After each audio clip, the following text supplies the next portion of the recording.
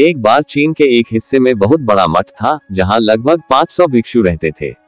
वो सभी अपने गुरु के मार्गदर्शन में खुद को जानने का अभ्यास कर रहे थे। सभी भिक्षु अपने गुरु को मास्टर कह के पुकारते थे। एक दिन एक लड़का उस मठ में शिष्य बनने के लिए आया। उसने मास्टर से कहा, मास्टर, मैं खुद को जानना चाहता हूँ। मैं सच की तलाश कर रहा हूँ। मैं पता लगाना चाहता हूँ कि सच क्या है। मास्टर ने उसकी ओर देखा और कहा कि अगर तुम सच जानना चाहते हो तो तुम्हें अपना पूरा जीवन दांव पर लगाना होगा। सच को जानने में तुम्हारा पूरा जीवन लग सकता है, फिर भी इस बात की गारंटी नहीं है कि तुम्हें इस जीवन काल में सच का पता लगेगा या नहीं। क्या तुम इसके लिए तैयार हो? शिष्य ने कहा, मास्टर, मैं यहाँ पीछे मुड़ने के लिए नहीं आया हूँ, मैं इसके लिए तैयार हूँ। मास्टर ने कहा, अगर ऐसा है तो तुम एक काम करो, इस मठ में 500 भिक्षु है, तुम उनके लिए चावल कूटने का काम करो। बस सुबह से शाम तक चावल कूटने का ही काम करो, और जब तुम थक जाओ तो सोने चले जाओ। फिर अगली सुबह उठकर चावल को कूटना शुरू कर दो। इसके अलावा कुछ और मत करना, किसी और चीज के बारे में मत सोचना। बस इस रास्ते पर चलते रहना और दोबारा मेरे पास मत आना। जरूरत पड़ने पर मैं खुद तुम्हारे पास आऊंगा। उस लड़के ने गुरु के आदेश का पालन करते हुए चावल कूटना शुरू कर दिया।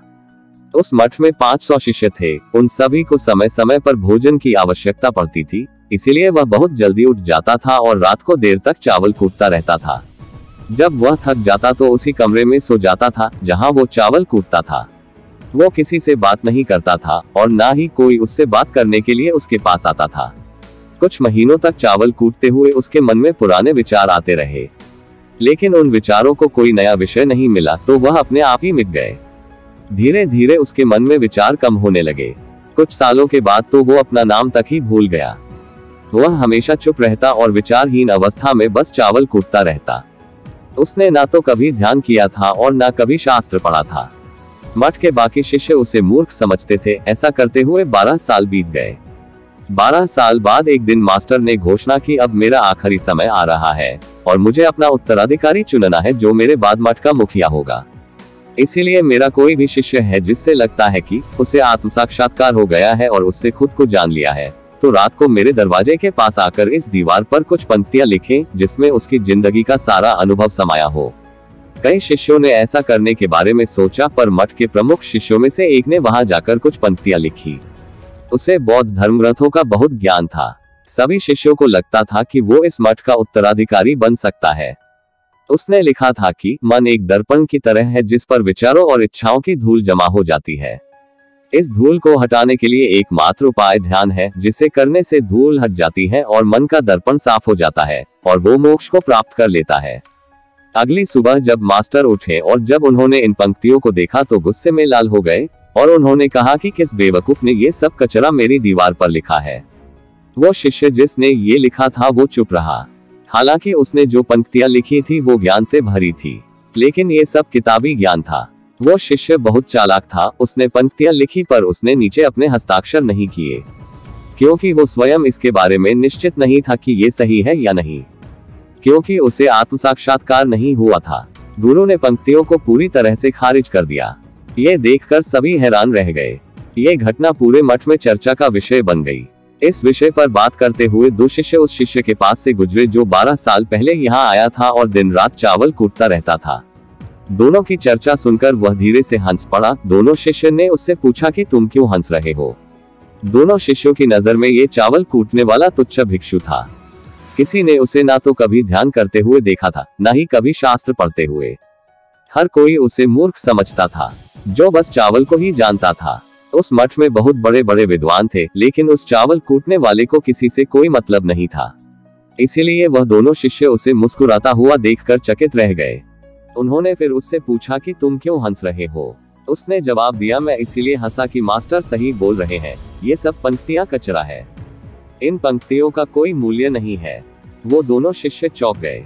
उन्होंने उसे पूछा कि क्या तुम ऐसी पंक्तियां लिख सकते हो जो इससे भी बेहतर हो?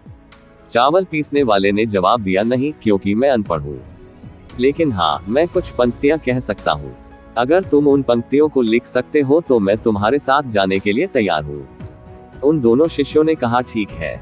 वे मास्टर के कमरे के पास गए और चावल कूटने वाले ने कुछ पंक्तियां बोली और दूसरे शिष्य ने उस दीवार पर लिख दिया और उन पंक्तियों के नीचे लिख दिया कि चावल कूटने वाला। उन्हें लगा कि मास्टर इस पर भी गुस्सा करेंगे। जो पंक्तियों उसने लिखने के लिए कहा था बहुत अद्भुत थी और वो पंक्तियां थी, मन तो बस एक का भ्रम है, ना तो मन है, ना ही मन का कोई दर्पण है, और जब मन ही नहीं है तो धूल कहाँ ठहरेगी। जो ये जानता है वो सच को जान गया। जब गुरु ने ये पंक्तियां देखी तो वे आधी रात को उठे और चावल कूटने वाले के पास गए। वह सो रहा था। मास्टर ने उसे जगाया और कहा कि ये लो मेरी छड़ी और मेरे वस्त्र ले लो, आज से तुम मेरे उत्तराधिकारी हो। लेकिन इस मठ को छोड़कर कहीं दूर चले जाओ, क्योंकि इस मठ में बहुत सारे विद्वान हैं जो खुद को तुमसे ज्यादा श्रेष्ठ मानते हैं और वो तुम्हें मार देंगे।